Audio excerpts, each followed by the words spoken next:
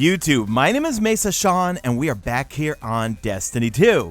Alright folks, I've got a quick news roundup for you guys. The This Week at Bungie for the 14th of February just hit, so we're going to go through it.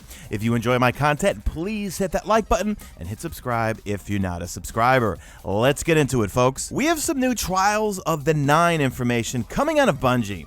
Now, Trials of the Nine has been on hiatus for quite some time now, since Season 4. Safe to say, much of the PvP community would like Trials of the Nine to come back. However, I think we all can agree it kind of needs a revamp. Let me know in the comment section if you want it to come back and what would you like changed. But let's get into what Bungie had to say about their upcoming plans with Trials of the Nine. Bungie does not have a timeline for when Trials may return, but they did want to give us an update on what they were thinking with regards to Trials. So, straight from the Destiny dev team, as longtime Destiny players know, Trials of Osiris was released in May of 2015 as the original high-stakes weekend PvP event. Trials had an amazing impact on our game and our community. It was the pinnacle venue for players to show off their best skills, strategies, and gear.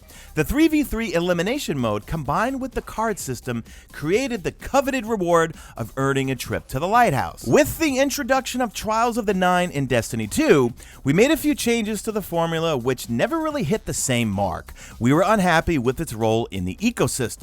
The new activity wasn't achieving the goal of bringing the community together every weekend. Both Destiny and the online PvP scene has evolved since 2015, so we don't believe that bringing back the 2015 version of Trials of Osiris would accomplish what our goals are today. Until we have a solid prototype for a Pinnacle PvP endgame activity, Trials is staying on hiatus indefinitely and will not return over the course of the next few seasons. When we have those new plans ready, we'll be sure to share them with you. Now it's time for my opinion on what they should do, and I really want to hear from you guys in the comment section. Let's get a nice debate going. I personally think, look, if it wasn't broke, don't fix it.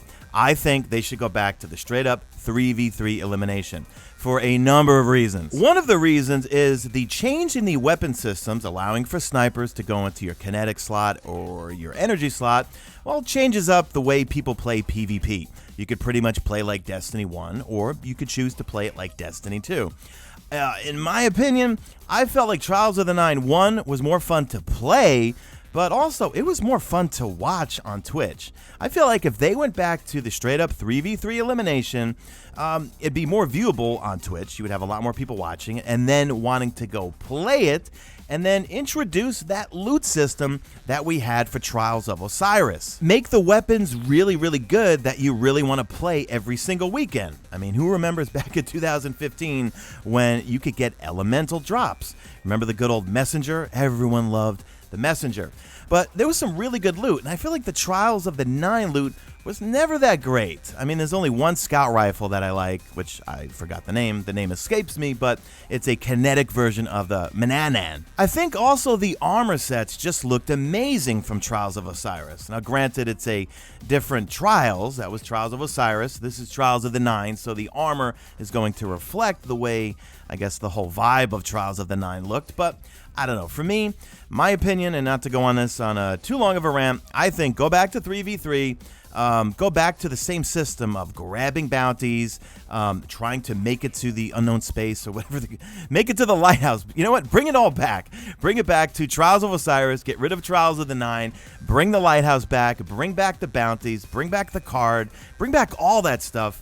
Look, if it's not broke, don't fix it. So let me know in the comment section and let's get a debate going. What do you think, one, they should do? Two, would you like to see them go back to the way it was in Destiny 1? Or three, well, what's your proposal? What do you think they could change about the way Trials of the Nine was before they put it on hiatus? On the 19th, we are getting Iron Banner, and that's going to end on the 26th, and here are the two weapons that will be available from Lord Saladin.